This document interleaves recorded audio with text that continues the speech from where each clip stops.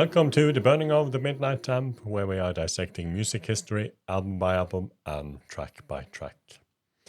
We continue with the Terminal Jive, Sparks' ninth album from 1980. We are now turning the record to side B, and the first track there is called Young Girls, which was also the second single from the album. Didn't do very much on the charts anywhere. Written by Ron and Russell Mile. It's normal, Chris here has not heard it before. And let's just jump into it, have a listen, and discuss it afterwards.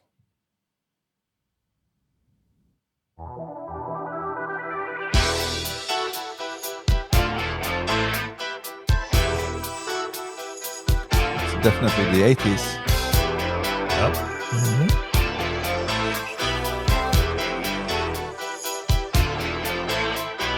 I like their arms, I like their legs, I like their lips, their widening hips, their radios. They live at home, they don't have cars. I have a home, I have a car. They like that, they like that. Young girls haven't seen the whole night, and they will hold you, though it might not be time.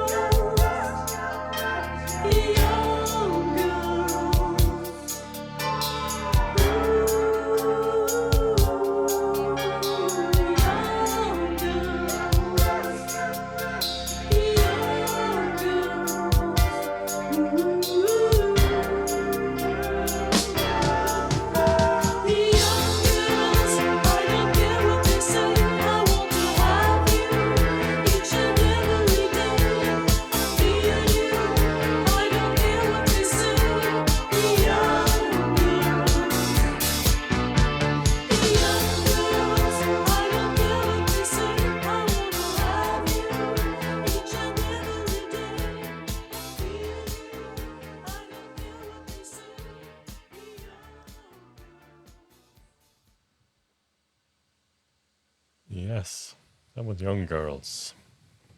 And this was a single Yeah, in France. Yeah. not only France, internationally. Oh, internationally. Yeah. Okay. Well, there are almost 3 different parts here, because the music is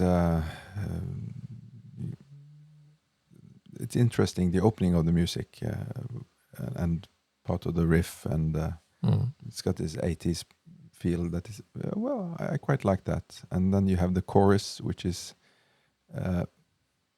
I could use the Eurovision label, Yeah. thinking that Yeah. this is what could have fitted in a Eurovision competition at the time. Not quite fond of that. And then there's the lyric, which, yeah, It's been called creepy as hell. that's Yeah, but definitely creepy as hell. it is creepy, and it's. But I mean, it's a very misogynist type of lyrics. Mm-hmm. Knowing Sparks, I kind of feel like this is just character.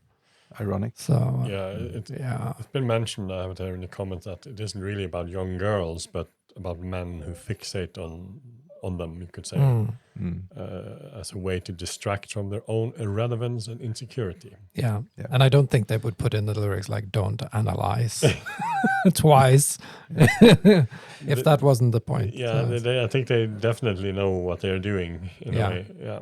Yeah, and but lyric wise, they're in a tradition in rock and roll of serenading young girls from the 50s, and True. that's not wouldn't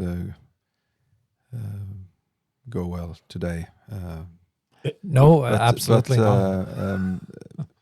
There's also the contrast of this creepy lyric with very happy Eurovision chorus. Yeah, one kind of sort of Sweet 16 type of songs. Yeah, but that's what I'm thinking but about. it becomes it sets it in a more creepy setting here. You know, they live at home, they don't have cars. I have a home, I have a car. Yeah. Yeah, must be intentionally creepy. I don't see it as a celebration type of No. thing. But I also fear that this song might have been taken for like a celebratory kind of misogynist type of song, because I'm afraid, you know, in the same sense as Bruce Springsteen's Born in the USA. Mm. Mm-hmm. Yeah, So, yeah. Taken at face value. yeah, they don't see the irony in it. Yeah. Yeah. No, it definitely got mixed response when it came out, and some fans even saw it as a highlight, expecting it in live shows and things like that. But it wasn't played a lot. Others criticized the lyrics. Some has labeled them as disturbing, uncomfortable, or Yeah. even pedophilic, with regrettable lyrics. And I can see all of those. It depends on how you interpret it. But yeah, if you're they're definitely. I would maybe land on disturbing, in the sense that they are. But I don't think this is Sparks' view on young girls. No, No. intentionally creepy. No. Yeah. Well, they have used this trick of having joyous music set Dark lyrics. paired with the darker lyrics before. Yeah. So it's not a new trick for them, but this brings that into the 80s, because the production was, you know, it jumps at you in the beginning. This is the 80s. Yeah, it sounds very 80s, but it's also, imagine this was recorded in 1979 and released in February 1980. It is still, I would say, surprisingly early for that sort of very, that's definitely in the 80s Yes. sound, which you don't necessarily have on a lot of music in 1980. That comes a little bit later. I've been thinking the same, because I think the sound of this is almost like something you would find in the mid 80s. Yeah. Yeah. Same with Just Because You Love Me as well. It has the same very 80s feeling, but it feels like a song that maybe would have been more common a little bit Yeah, a few years down the line. because I can't think of many or any bands that was doing this at that point. It was, you either had like the kind of extreme disco, or you had the, well, at this time you had like the punk, and then the post-punk was really happening at the time. But this type that mixed it, it's harder to.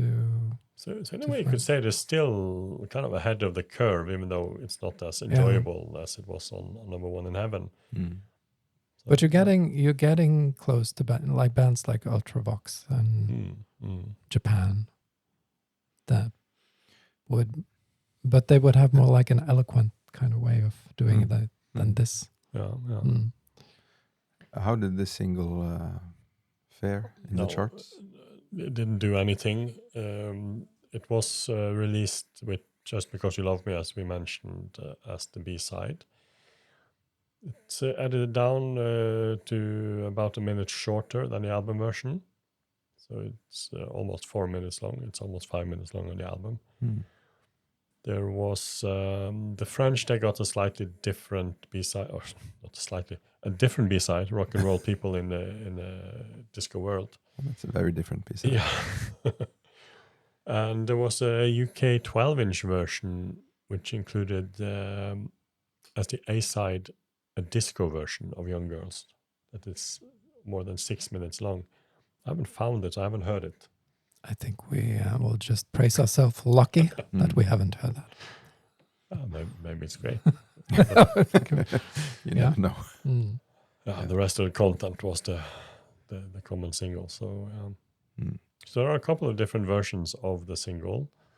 As I mentioned, some fans have liked it, but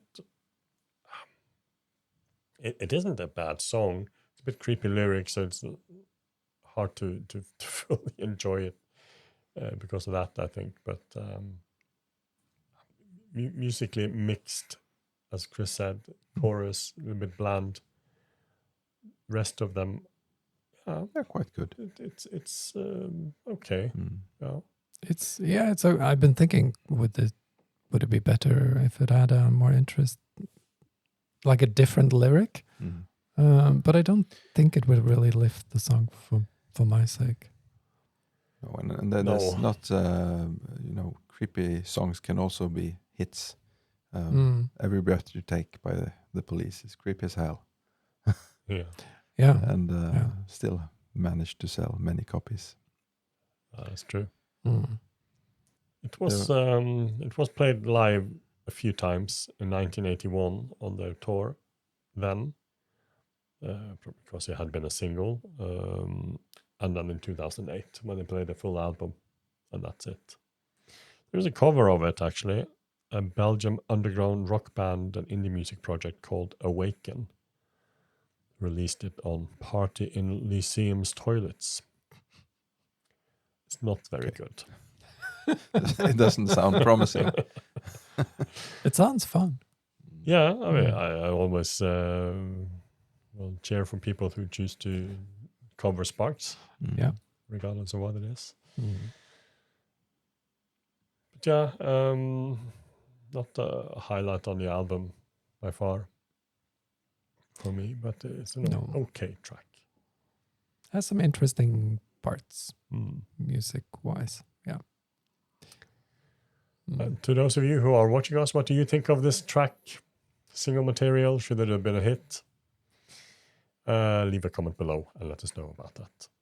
We'll be back in a couple of days with the 6th track on this album, Noisy Boys. Noisy Boys, that's a promising title. We'll see. Thank you to everyone who was watching us, and you must all have a great day. Goodbye. See you in a few days.